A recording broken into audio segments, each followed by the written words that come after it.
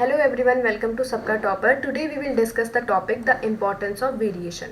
We were discussing chapter how do organisms reproduce from your class 10th NCERT science textbook. So let's start the importance of variation. ठीक है, इससे पहले मैं आपको ये बता दूं कि आपको चैनल को जो है हमारे चैनल को सब्सक्राइब कर देना है ताकि जो भी टेबल्स चार्ट्स एनसीईआरटी के जितने भी ट्यूटोरियल्स जो भी चीज़ें आपको मिल रही हैं वो आपको रेगुलरली मिलती रहे, उसके नोटिफिकेशंस आपको आते रहे and do like this video too. So let's start the importance of variation. जैसे कि हमने पहले पढ़ा था, मैंने आपको बताया था कि डीएनए कॉपी होती है. ठीक है, हमने डीएनए रेप्लिकेशन के बारे में डिस्कस किया था. ये जो टॉपिक है do organisms create exact copy of themselves, ये जो टॉपिक है इम्पॉर्टेंट है और डिफ़िकल्ट भी है, इसीलिए मैंने आपको एक सेपरेट वीडियो इंट्रो में ही इंक्लूड किया है और काफ़ी लेंदी वीडियो भी बनी थी वो. तो मैं चाहती हूँ कि जिन बच्चों ने नहीं देखा है वो उसको एक बार देख लें ज़रूर, क्योंकि अगर आपको ये वीडियो समझ नहीं आएगी ना तो जेनेटिक्स जो आपका नेक्स्ट चैप्टर हेरिडिटी वाला है वो फिर बिल्कुल भी समझ नहीं आता, बहुत कन्फ्यूजिंग हो जाता है. ठीक है, तो इसको मैंने इसीलिए बहुत ज़्यादा एक सेपरेट वीडियो में आपको जो है बताने की कोशिश की थी और मैं आप सबसे यही वो कर रही हूँ कि आप लोगों ने ये वीडियो जो है देख ली होगी. ठीक है, तो ये वीडियो बहुत इंपॉर्टेंट है क्योंकि आगे सब कुछ ईजी है लेकिन यहाँ पर ही बच्चा स्टक हो जाता है. ठीक है, द इम्पॉर्टेंस ऑफ वेरिएशन को डिस्कस करेंगे. द इम्पॉर्टेंस ऑफ वेरिएशन, मैंने आपको बताया था कि वेरिएशन क्या होता है. वेरिएशन यानी डिफरेंस, है ना. हमने देखा था कि no biochemical reaction is absolutely reliable, ये हमने डिस्कस किया था कि कोई भी बायोकेमिकल रिएक्शन जो है वो रिलायबल नहीं होती, सभी में वेरिएशंस आते हैं. लेकिन ये जो वेरिएशन होते हैं बहुत माइनर होते हैं, है ना. ये माइनर वेरिएशंस होते हैं, इजीली आप इसको ऑब्जर्व नहीं कर सकते हो एक जनरेशन दो जनरेशन में, लेकिन धीरे धीरे करके इवोल्यूशन में कन्वर्ट हो जाते हैं. इनका एक्यूमुलेशन होता है इन वेरिएशंस का और इवोल्यूशन होता है. जो आप हेरिडिटी वाला चैप्टर पढ़ोगे, वैसे तो बच्चों को बहुत डिफिकल्ट लगता है वो चैप्टर, लेकिन वो बहुत ईजी चैप्टर होगा, मैं बता रही हूँ आपको. ठीक है, आपको बस चैनल को सब्सक्राइब करना है, उसकी नोटिफिकेशन मिल जाएंगे आपको जब भी वो चैप्टर नेक्स्ट अपलोड होगा. ठीक है, तो इसमें बेसिकली मैं आपको भी बता रही हूँ कि वो ये वेरिएशन यहाँ से समझो कि वेरिएशन क्या होता है. मैंने आपको इवोल्यूशन का भी पिछली वीडियो में बहुत ज़्यादा कंसेप्ट दे दिया था कि इवोल्यूशन क्या होता है. अब वेरिएशन को समझना है. वेरिएशन यानी कि मैंने बता दिया कि एक जनरेशन से दूसरे जनरेशन के बीच में कुछ ना कुछ डिफरेंस आता है, वो डिफरेंस ही वेरिएशन होता है. Populations of organisms fill well-defined places or niches in the ecosystem using their ability to reproduce. अब यहाँ पे देखो, कोई भी पॉपुलेशन है ऑर्गेनिजम्स की, है ना, चाहे वो ह्यूमन बीइंग्स हो चाहे कोई भी हो, वो एक वेल डिफाइंड प्लेस में रहते हैं, है ना. हर एक जो है स्पीशीज़ ने अपना एक प्लेस बनाया है इकोसिस्टम में. ठीक है, वो एक वेल डिफाइंड प्लेस में रहते हैं जिसे हम नीचेस बोलते हैं. ठीक है, वहाँ पे वो लोग रहते हैं, वो एक वेल डिफाइंड प्लेस होता है हमारे इकोसिस्टम का. And using their ability to reproduce, अब वहाँ पे उनके पास क्या होती है, एबिलिटी टू रिप्रोड्यूस. मैंने आपको बताया था स्पीशीज़ मतलब वो रिप्रोड्यूस कर सकते हैं, कैपेबल ऑफ रिप्रोड्यूसिंग. ठीक है, The consistency of DNA copying during reproduction is important for the maintenance of body design features. जैसा हमने डिस्कस किया हुआ है कि डीएनए कॉपिंग की कंसिस्टेंसी क्या है, बहुत ज़्यादा इंपॉर्टेंट है. अगर डीएनए कॉपिंग में ज़्यादा जो है ड्रास्टिक चेंजेस आते हैं तो उस सिचुएशन में जो है सेल सर्वाइव नहीं कर पाता. ये हमने डिस्कस किया हुआ है ना.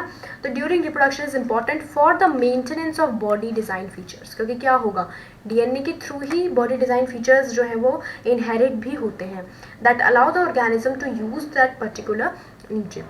How reproduction is therefore linked to the stability of population of species. ये भी बहुत इंपॉर्टेंट है कि रिप्रोडक्शन जो है ये इस चीज़ से लिंक्ड है कि स्टेबिलिटी हो पॉपुलेशन ऑफ स्पीशीज़ में. स्टेबिलिटी भी रिप्रोडक्शन के कारण ही तो होती है. ये सब इंट्रो में हमने डिस्कस किया हुआ है कि स्टेबिलिटी कैसे हो रही है, क्योंकि रिप्रोडक्शन इज गोइंग ऑन, है ना.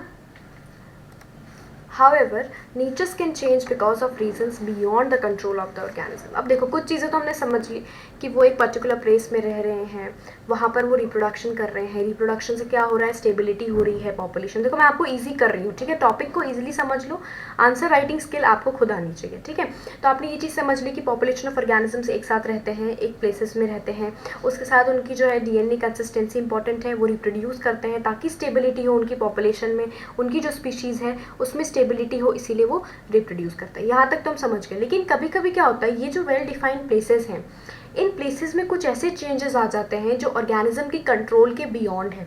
जैसे कि कोई आपका नेचुरल डिजास्टर हो जाना, है ना, फ्लड होना, अर्थक्वेक होना, या टेम्परेचर का वेरिएशन हो जाना, ये सब कुछ ऐसी चीज़ें हैं जो ऑर्गेनिज्म के खुद की कंट्रोल में नहीं होती. ठीक है, temperatures on earth can go up और डाउन, ऊपर नीचे हो सकता है temperature. Water levels can vary, water levels आपका जो है वेरी हो सकता है. और there could be meteoroid hits हो सकते हैं, है ना, स्पेस से. To think of a few examples, ऐसे आप कुछ एग्जाम्पल्स और सोचो कि कैसे कैसे चीज़ें हो सकती हैं, और भी कुछ हो सकता है, और भी डिजास्टर्स हो सकते हैं. If a population of reproducing organisms were suited to a particular niche and if the niche was drastically altered the population would be wiped out. अब आपको बताइए कि अगर कोई पॉपुलेशन है किसी ऑर्गेनिजम्स की, कोई स्पीशी कहीं पर सर्वाइव, मैंने आपको बताया ना कि हर एक स्पीशी अपना एक पर्टिकुलर इकोसिस्टम में एक रीजन लेके सर्वाइव करती है ना. जैसे आप डिस्कस कुछ चीज़ें देखोगे तो एम्फीबियंस कहाँ रहते हैं, हर एक का मैंने आपको बताया था, एव्स हैं, रेप्टिलिया है, सब कुछ है, तो सबका अपना अपना एक इकोसिस्टम में सबने अपनी प्लेस ले ली है. माइक्रो लेवल से माइक्रो लेवल तक, दोनों लेवल्स आप देखो, माइक्रो टू मैक्रो, आप देख सकते हो कि हर एक ऑर्गेनिज्म ने जो है अपना एक प्लेस ले लिया है, वहाँ पर वो अपने इकोसिस्टम में सर्वाइव करता है.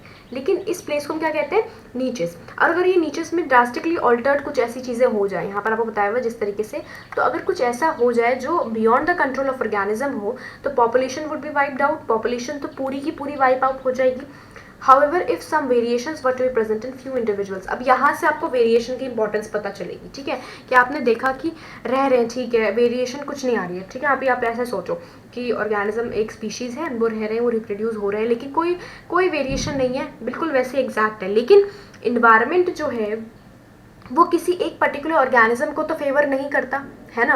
इन्वायरमेंट किसी भी पर्टिकुलर ऑर्गेनिज्म को फेवर नहीं करता, वो चेंज हो सकता है. तो अगर वो चेंज होगा तो उस सिचुएशन में उस ऑर्गेनिज्म की पूरी पॉपुलेशन, क्योंकि उनकी बॉडी का स्ट्रक्चर, उनकी सारी चीज़ें जो है, उनका पूरा मेटाबॉलिज्म जो है वो सेम है, आइडेंटिकल है. ठीक है, अभी मैं आपको बता रही हूँ, यहाँ पर आप जो है कॉन्ट्रास्टिंग वे में समझो कि वो सेम है, वो आइडेंटिकल है, उनमें कोई वेरिएशन नहीं आए, तो क्या होगा उस सिचुएशन में कि उनके लिए मुश्किल हो जाएगा इन्वायरमेंट के साथ फिर सर्वाइव करना. तो ये जो अडेप्टेशन वाली जो ये फंक्शन है बॉडी में, हमारे अडेप्ट हो जाते हैं हम, जैसे हमारा टेम्परेचर ऊपर नीचे हुआ या कुछ भी हुआ, ये बिकॉज ऑफ द वेरिएशन है जो होता है एक्चुअली में ऑर्गेनिजम्स में. However, if some variation were to be present in a few individuals in these populations, there would be some chance for them to survive. तो यहाँ पे देखो बैक्टीरिया का इसमें बहुत अच्छा एग्जाम्पल अभी देखना, मैं आपको बताऊंगी. कुछ वेरिएशन अगर इनमें प्रेजेंट है कुछ इंडिविजुअल्स में, जैसे हमने देखा कि वेरिएशंस होते हैं, तो उनका इंपॉर्टेंस यही है कि अगर कुछ वेरिएशन किसी ऑर्गेनिज्म में, किसी इंडिविजुअल में प्रेजेंट है, तो उनके चांस होते हैं कि वो सर्वाइव हो जाएंगे. ठीक है, उस अगर चेंजेस आ रहे हैं आपके इन्वायरमेंट में तो वो सर्वाइव कर जाते हैं. Thus, if there were a population of bacteria, आगे बैक्टीरिया वाला example, living in temperate waters, एक पॉपुलेशन है बैक्टीरिया की, वो टेम्परेट वाटर में रह रही है. And if the water temperature were to be increased by global warming, और अगर ग्लोबल वार्मिंग के कारण वहाँ का टेम्परेचर वाटर का इंक्रीज हो जाए, most of these bacteria would die. ज़्यादातर बैक्टीरिया तो मर जाएंगे, नॉर्मल सी बात है, क्योंकि बॉडी मैकेनिज्म जैसा है उस अकॉर्डिंगली अडेप्टेड है. ठीक है, तो बहुत सारे बैक्टीरिया तो इस सिचुएशन में मर जाएंगे. But the few variants mean वो जिनमें थोड़ी थोड़ी वेरिएशंस हमने देखी थी, आई थी माइनर वेरिएशंस, क्योंकि no biochemical reaction is absolutely reliable, इसीलिए वेरिएशन सब में आई. तो कुछ ऐसे वेरिएशंस, कुछ ऐसे वेरिएंट्स रेजिस्टेंट टू हीट, जो हीट रेजिस्टेंट हो गए. ठीक है, वेरिएशन आती गई, जैसे जनरेशन्स बढ़ती गई, वेरिएशंस आती गई, तो कुछ ऐसे वेरिएंट्स बन गए जो हीट रेजिस्टेंट हो गए. Would survive and grow further, ये सर्वाइव कर जाएंगे, नॉर्मल सी बात है, क्योंकि वो तो हीट रेजिस्टेंट बन गए ना. They will survive and grow further. Variation is thus useful for the survival of species over time. तो अगर आपको लॉन्ग रन में स्पीशीज को सर्वाइव कराना है तो आपको वेरिएशन को फेवर करना पड़ेगा. अब आपको समझ में आ रहा है कि वेरिएशन सब कुछ में होगा, सारे ऑर्गेनिजम्स जो भी रिप्रोड्यूस करेंगे वेरिएशंस थोड़े थोड़े आएंगे. ये एसेक्सुअल मेथड में बहुत कम होता है, सेक्सुअल में ज़्यादा होता है, इसको हम अभी आगे डिस्कस और करेंगे.